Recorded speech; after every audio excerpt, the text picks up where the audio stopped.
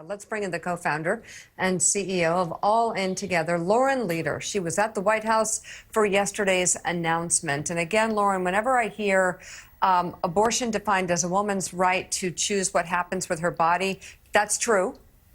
But it's leaving so much out because it is women's health care overall that abortion really encompasses. Absolutely. And, you know, I want to talk about the president's announcement, but I also want to point out this really stunning survey study that came out yesterday looking at the effects of the abortion ban in the state of Louisiana, which already before the end of Roe had among the highest maternal mortality rates in the country. And what they found is exactly the point you just made, Mika, is that the Roe ban has had such a chilling effect on every part of maternity care that women are more likely to wind up having very extreme, C-sections when they're facing life and death issues in terms of the viability of their fetus or their own health. I mean, just the knock-on effects are so profound for women's lives, and that's just in one state. So what the president did yesterday, I think, is incredibly important, and it was riveting to hear not just Dr. Biden, but also Maria Shriver talk about what was behind it. And that is the experience that all of us have had, and I know you and I have talked about this before, going to the doctor for critical healthcare issues and having no answers available to us. And one of the reasons is because there's virtually no research that's specific to women's health. And even though the NIH for a long time has been required to have 50% or at least some ratio close to that of women in health studies, that's not the same thing as actually studying the effect of medications, of specific health issues on women's bodies. That has not been done, and that has to change.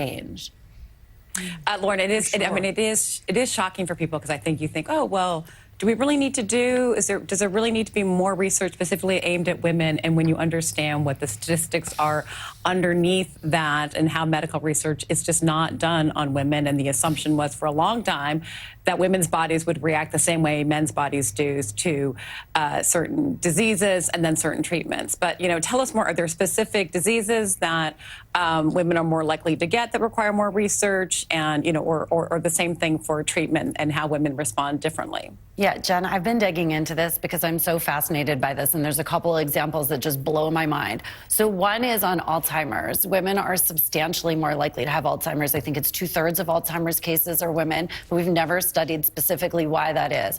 Heart disease appears differently in women. But here's the one that I think is really interesting in the current climate. So we know that the vast majority of patients who are taking the weight loss drugs, Wegovy and Ozempic and the others, the vast majority, like 80%, are women. Do you know that there's been no research specific to women about how those drugs affect women's bodies? There's been generalized studies, but you can't even get data that's specific to gender. So when you look at all of this in the totality, I mean, there's just vast gaps. And by the way, not even to mention how little research has been done on menopause, which obviously we've talked about on the show here, and just the real health challenges for women through menopause. There are no answers because there's been no research. And that's just stunning. So, Lauren, this, of course, matters because of the policy. But let's talk about it through the political lens very briefly. You know, we are in a campaign year. We had the president talk about it yesterday. What would be your recommendation or any insights you have as the president, perhaps, but also importantly, the vice president is going to talk about this going forward? Yeah, and you know, I've been saying, and I said this to some folks in the administration yesterday, I think, look, the vice president is an extraordinary ambassador for these issues. I believe the president himself really needs to lean into them, and I feel like yesterday was the beginning of that.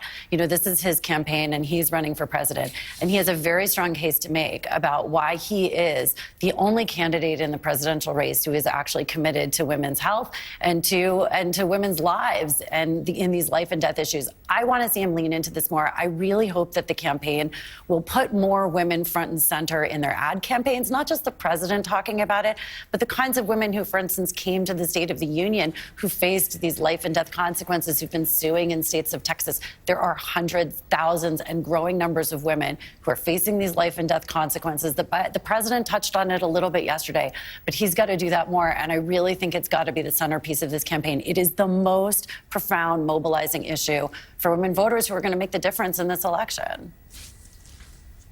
All right, co-founder and CEO of All In Together, Lauren Leader. Thank you so much. Great to see you, and thanks for coming back on the show this morning.